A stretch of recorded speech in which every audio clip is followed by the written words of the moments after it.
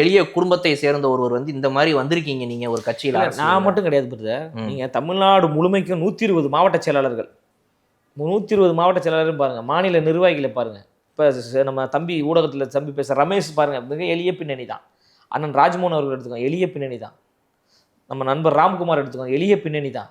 எல்லாருமே வீர விக்னேஷ் எளிய பின்னணி. எங்கள் கட்சியில் எல்லாருமே எளிய பின்னணி தான். அங்கொன்றும் இங்கொன்றுமாக கொஞ்சம் பொருளாதாரத்தில் மேம்பட்டவர்கள் இருப்பாங்க. ஆனால் 90% மிக மிக எளிய பின்னணி தான். நீங்கள் கூட பார்த்துருப்பீங்க, ஆட்டோவில் தான் வந்தேன், புரியுதுங்களா? அந்த அளவுக்கான பின்னணி கொண்ட உங்களுக்கு வந்து மிகப்பெரிய ஒரு அங்கீகாரத்தையும் அடையாளத்தையும் கொடுத்து நீங்களெல்லாம் இந்த சமூகத்திற்கு உழைக்க வேண்டும் என்று எங்களுக்கான ஒரு ஊக்க சக்தியாக அண்ணன் விஜய் அவர்கள் இருக்கிறாங்க. அவரை எதிர்கொள்ள முடியாத இந்த திமுக கட்சி என்ன பண்ணுறாங்கன்னா, எங்கள் மீது வந்து ஒரு பிஜேபி முத்திரை, ஒரு ஆர்எஸ்எஸ் முத்திரை, அப்புறம் சினிமா என்கின்ற ஒரு முத்திரையை வந்து அவங்க சொல்கிறாங்க. ஆனால் வாரத்துக்கு ஒரு படம் பார்த்துருவார் ஐயா ஸ்டாலின் அவர்கள். வந்து வாரத்துக்கு ஒரு படம் பார்ப்பார். கூலி படம் பார்ப்பார், ரஜினிக்கு ஃபோன் பண்ணி சார் படம் பார்த்தா சூப்பராக இருக்குன்னு சொல்லுவார். அமரன் படம் பார்ப்பார், தயாரிப்பாளர் கமலஹாசனுக்கு ஃபோன் பண்ணி சார் கிளைமாக்ஸ் பார்த்து அழுதுட்டேன் சார்.